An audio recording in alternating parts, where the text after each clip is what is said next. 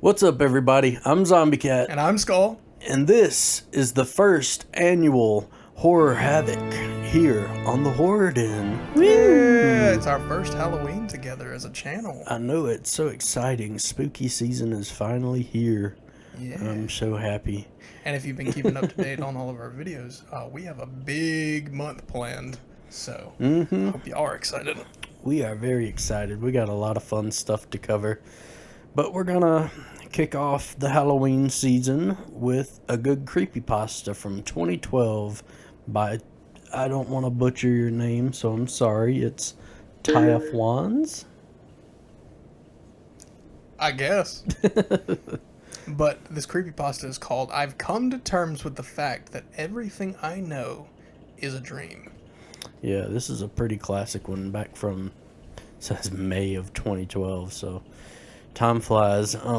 This is a pretty short story if I remember though, so it'd be just a fun way to kick off the Halloween season with a nice short creepypasta. So like always, if you like what we do here and you enjoy the video, make sure to leave a like and a comment. And if you haven't already, please press the subscribe button. It really means the world to us and our growth from here on out. You know, we're a very small channel, so every person matters. We're shooting for 500. Which, who knows, maybe at the time that this comes out, who knows.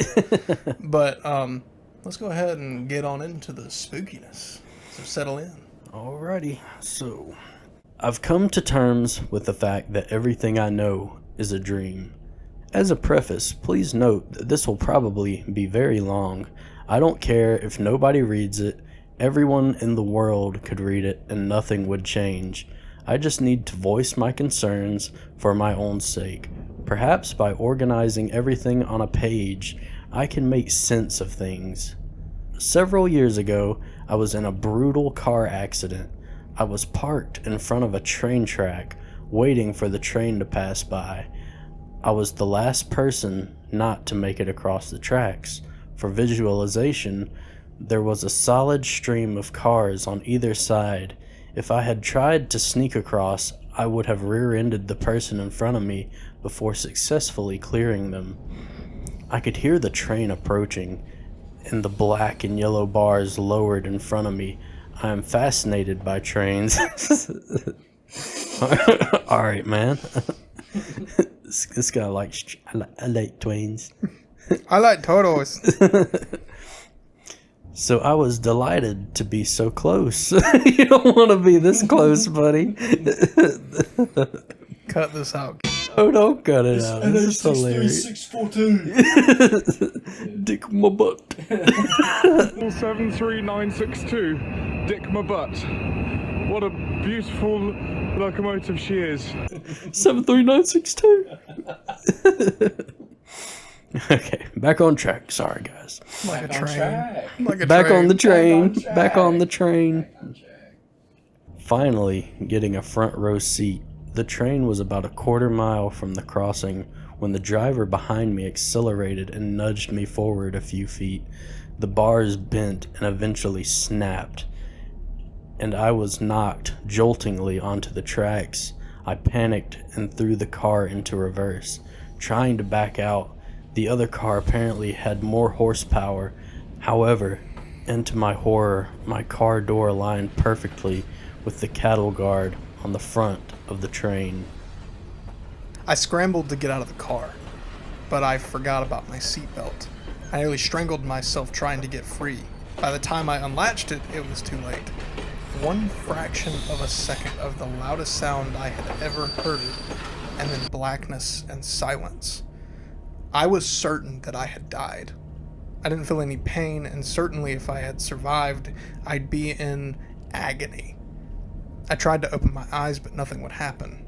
I tried to make a sound, to wiggle my fingers or do anything, but I couldn't.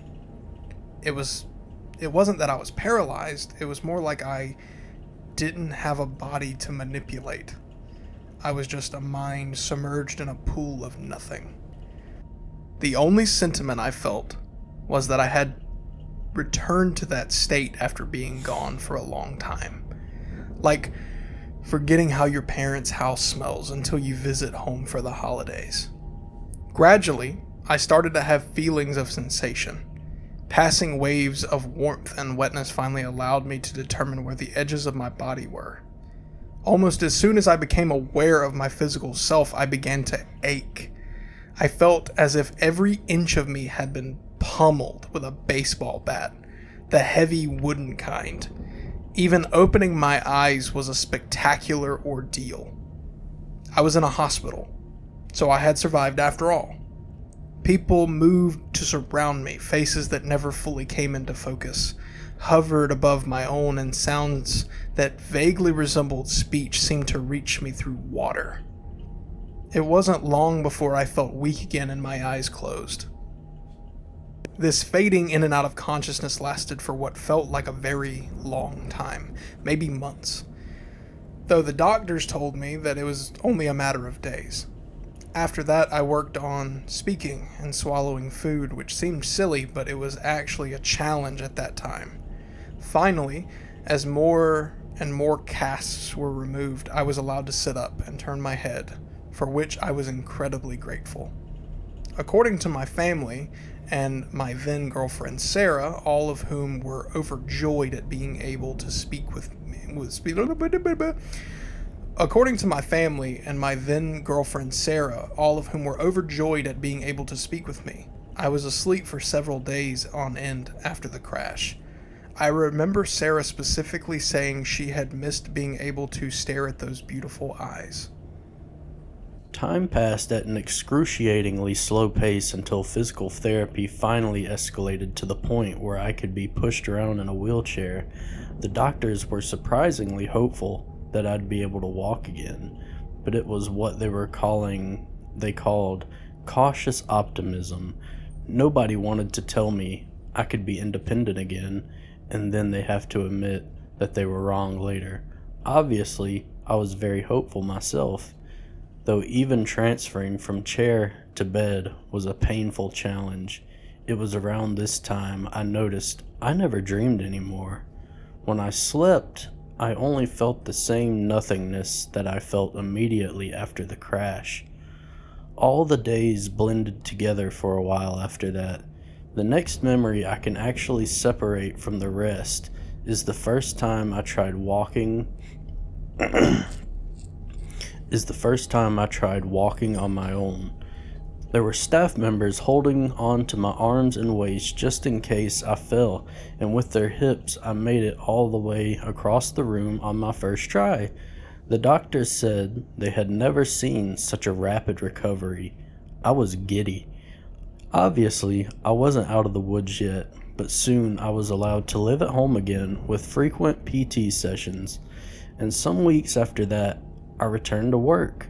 Life was almost normal for a while, except for a very slight limp in my left leg, the side that the train hit me on. I was feeling pretty normal. It was only after about a month of living in my own house that weird things started to happen. The first thing I noticed was that I felt an occasional stinging on my right forearm, like a thin needle was puncturing my skin. It was a tiny prick, maybe twice a day at most. I figured it was just a nerve trauma or something and blocked it from my mind. Feigning ignorance was harder to do when I started hearing things, though while I was reading in bed one night, I thought I heard Sarah crying. I strained my ears to make sure, and I definitely heard her sobs, but very distantly, like I was submerged in a pool. I made my way downstairs quickly, concerned that she had hurt herself or something, but she was just washing dishes in the kitchen. "Are you okay?" I asked cautiously. "Yeah, why?" she asked nonchalantly. "No reason."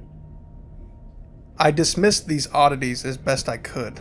After all, how could anyone expect to recover from being hit by a goddamn train without some lingering effects? Every so often, mostly when I was trying to fall asleep or sitting in a silent room, I would hear occasional sounds that I couldn't connect at first. Gradually, I determined that they were hospital sounds. Stretchers being rolled across tiled floors, beepings from machine, rapid chatter between nurses and doctors. Although I figured anyone who had suffered as much trauma as I had would experience some degree of whatever I was experiencing, I decided to bring it up with my doctor. He told me it was perfectly normal for someone in my circumstances, and he could prescribe me a sleep aid if I felt it was necessary. I told him it wasn't a big deal. I was just satisfied that a doctor could explain my symptoms. The odd glimpses of what seemed to be my past only increased in frequency. When I slept, I finally dreamed again, but it was always the same thing. If I saw anything at all, I was in a hospital room. Sometimes there were other people in the room, and sometimes I was alone with the machines. There was one night in particular in which the dream was more vivid and gripping than usual. My eyes opened wearily to see Sarah asleep on the chair beside my hospital bed. "Sarah?" I croaked. She jerked awake.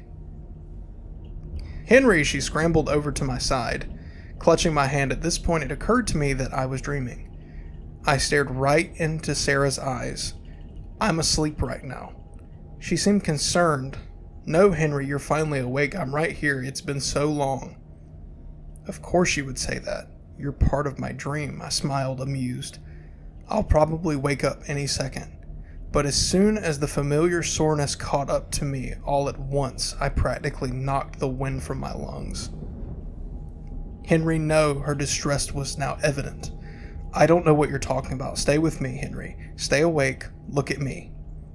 I shook my head defiantly and closed my eyes, and when I opened them, I was back in my own bed. It was about 3 o'clock in the morning. I sat awake, pondering what I had just seen. I thought I had heard Sarah crying again, even though I could see her sleeping beside me. When Sarah finally woke up, she rolled over and laid an arm across my chest. "Good morning, big guy," she smiled groggily. "If I was asleep right now, would you tell me?" I asked. "What?" she chuckled. "That's kind of heavy stuff to drop on a sleepy person." "Just bear with me. If I was asleep right now, dreaming, would you tell me?" "Well, I feel pretty real," she noted, patting different parts of her body. "Do you think I'm not real?" "Of course not," I said. "We gotta get ready for our day." I couldn't stop thinking about my dream, though. I noticed that when I tried really hard to space out at work and I listened closely enough, I could hear the hospital sounds more clearly. I was naturally concerned about this. That night, I went to bed early, and just as I thought, I was transported immediately to the hospital bed. I felt the thin sheets beneath my fingers. I opened my eyes, and Sarah was reading a book in the same chair as before. I just looked at her for a long time, trying to discern if she was real. She certainly seemed real enough. She turned pages with the same flourish that she always had, and chewed on one piece of the temples of her reading glasses. Eventually, she looked up and met my eyes. "You're awake again," she gasped. "Victoria! Paul! He's awake!" My parents entered the room moments later, looking excited. I talked with them all for a long time. Of course, my parents, too, denied the fact that I was asleep, but that topic passed quickly. Instead, we discussed my condition. I had been in a coma for almost 3 months, with little response. They had been slowly losing hope for my recovery until my brain showed signs of activity. Since that time, they had been visiting me frequently, hoping that I would wake up. It seemed a pretty convincing story. After many hours of talking, I had to stop. I was legitimately sleepy. Of course, they all understood, and I fell back asleep. Only this time, I didn't wake up in my own bed. I woke up in the same hospital bed a few hours later. I had to think about it for a very long time, but eventually concluded that I must have imagined my miraculous recovery and had been in a coma for the whole time. As you can imagine, it was hard to accept at first. Since then, I have been making a second recovery, which has been slower and less successful than the first. That's why for a long time I was mostly convinced that I'm really awake this time. Nobody walks after getting blindsided by a train, at least not without a lot of hard work. I still had only left my wheelchair on crutches. It's been 6 years. It probably sounds like a bittersweet ending, and at one point I agreed. I was prepared to live happily ever after in my wheelchair and maybe even graduate to crutches someday, except for one thing. When I'm getting ready for bed, after I turn off my lamp and my head hits the pillow, I can still hear them. The faint sounds of a busy hospital. I know that many of you will say, but I'm real. This is real life. Of course you're awake. But that's what you're supposed to say. Nobody's gonna tell me I'm fake, you're dreaming, wake up. I'm still asleep, and I've learned to deal with it. I know that nobody I meet during the day is real, but I'm tired. So I just pretend, and that will have to do. The end. You're right, that was a short one. Yeah. Very impactful, though. That plays with your head a lot. That is haunting. So, it's funny. You know, we read a creepypasta not too long ago, and I got really existential on you. I'm about to do it again. So get ready. There's another theory. I don't know what it's called. So, Smite Lad, please, if you don't mind, if you can find any evidence of this like you did the last time. There is a theory, or maybe I made this up. I don't know. I don't want to take full credit for that, though. Okay, it explains the Mandela effect, actually. So, the whole theory is that when we encounter something that would be life-threatening or whatever, according to the multiverse, there is a multiverse where we die, right? So if I were to leave here and get in a car crash, there is a multiverse where I died in that car crash. The theory that I kind of partially think might be true, but I have no way to prove it, is that in those instances, if you do die in the timeline that your consciousness is in, your consciousness seamlessly jumps to the closest reality that is the closest to yours without it being a total shock. So, like, maybe you move to a reality where Sprite is spelled differently. Yeah. And it's one of those things that's like you never would notice. So it's like, it's so small and minute that you won't be able to tell. But essentially the theory means is that you will die 1,000 times over, but you will only truly die when you die of natural causes. Right. Yeah, that's a really cool take on the idea of this story, because it's like, it's so haunting that even after 6 years, he's like, I accepted it, but now I don't think I have accepted it, and I know I'm dreaming right now. It doesn't matter if you tell me I'm real. He made this post. So it's like, we're of course being like, you are real, but are him, we real? Exactly. You know, we're just right. Like the one creepypasta, we said the same thing. Like, you know, you could never convince them that, you know, what they're experiencing is real. But I know, because as for us, it's like they did make it to no sleep, and it's like Right. we're we are exactly again the same moment. as the people he was dreaming he was with. He Exactly. lived in that life for 3 months where he recovered. He Yeah. lived a full 3 months just to be woken up and be like, I know this is fake. This isn't where I'm supposed to be. And of course, his girlfriend laying in bed with him is like, what do you mean? Do you not think I'm... It's You know, awesome. just like we talked about with like I went through hell for $5,000. The human brain is so powerful. Like, I know that we were disproven when we were talking about things previously, but it's just like, I still can't wrap my head around the fact that we still don't know everything that the human brain is capable of.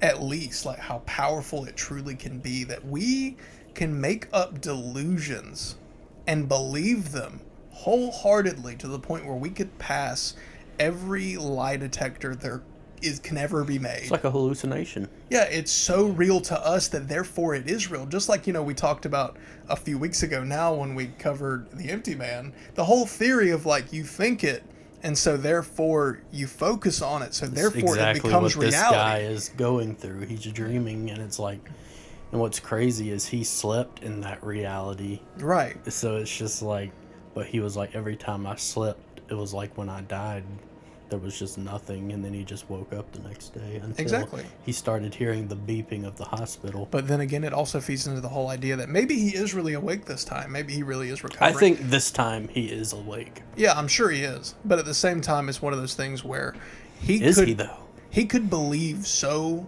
wholeheartedly that he's still asleep, then therefore he's starting to hear the noises again. Mm-hmm.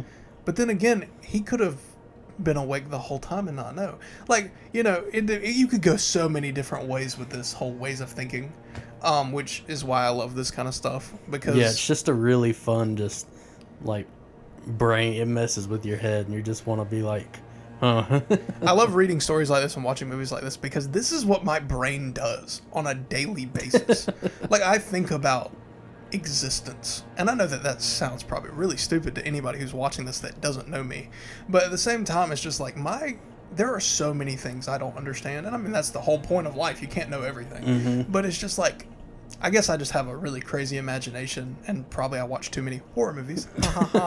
But it's just like, some days when I go to sleep and I wake up the next day and I notice like a building somewhere on a road that I've been my whole life, and I'm like, I've never noticed that. I always think to myself, I must have died at some point recently and jumped into a new dimension. And it doesn't make me feel necessarily better about forgetting something or not noticing something, or whether or not I noticed before I just completely forgot. It just adds this whole element of like mystery to life, where it's like, if that's really how it works, that's To me, what I go through the most is deja vu. It happens to me so often. Like, it's scary how often it happens to me. Like, I'll be at work and it'll just be like, it's like a frame flashes and you're like, I've done this before. I've been in this exact same motion. Like, whether I dreamed it, it's like so vivid though. For like half a second, you're like, whoa. It's kind of funny. I read this rather recently. I don't remember where I read it, so Smite Lad, fact check me, please. I think that like there's like some kind of scientific study done where it's like most people get like 2 confirmed premonitions in their life, like that it will happen. Mm-hmm. But also a really nice quote that I heard somewhere was, deja vu is just your brain reminding you to remember something. So it's like whatever circumstance you're in, your brain has just for a second become aware enough of itself to where it says, you need to remember this part of your life or this section. You may not know why, but it's just it's really kind of bittersweet it that way, because like if it ever happens to me and I'm around people I care about, I'm like, my brain just wants me to remember this moment forever. And that kind of takes the creepy factor out of deja vu for me. It just makes me hyper aware of what's going on in that moment, and it makes me more thankful in a way. Like, that is something 100% real. Like, I experience deja vu very often. I don't know why. Just like, you know what it could be? You could have died at some point and then went to a new reality where you never did it, and then you did it again. Could be. You never know. You get ready. There's a lot more hot takes and theories from me in the future, I swear. I'm not done. This is his one premonition that he'll get right. Right. You know what? This is the one. Just like Stan's dad from South Park, I ain't hear no bell, damn it. I'll come up with more. I'll keep bringing them. But anyway, that was a good short story to get us started on our first ever video on our Horror Havoc event. Short, sweet, and spooky, because it leaves you unsettled, because that's haunting. That's very haunting. Like, am I in a dream right now?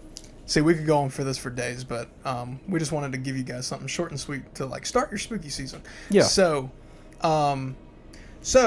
before we get into our cleanup, I have a little favor to ask the audience at this point. Why don't you go down to the comments and let us know what is a tradition or something about the spooky season that you hold very close to your heart. We would love to get to know our audience because Halloween means so much to me and Zombie Cat. So much fun. Obviously, it's my favorite holiday. Oh, yeah. So, I mean, I know that that's pretty cliche, you know, given we're horror fans, but at the same time, it's just, I always felt like I could be myself. Nothing during wrong Halloween, with that. you know? It's like, I mean, getting to watch what we love. Right. And so I want to hear from you guys about what makes it so special to you. But other than that, we have an Instagram, so you can head over to @thehorden channel to follow us and get to know all of our real world shenanigans, and we do update it pretty frequently. Yeah. Especially if we're doing anything. But also, we have a Patreon. Woo! Yes, we have a Patreon for as low as $5 a month. You could help support our little channel and help us grow and get more equipment. Like, we just got this second mic here. Well, it's that one, but it's the same thing. So just anything helps, to be honest. For as low as $5, you can have your name thrown up just like this, and all proceeds go straight back into the channel. And if that ever changes, you will be the first people to know. All right. Well, good story. I hope that everybody's enjoying the spooky season out there. And just keep up to date because we are going to be pumping these videos out frequently. We have some very fun ones lined up. So, without further ado, let's get spooky. And you stay spooky out there.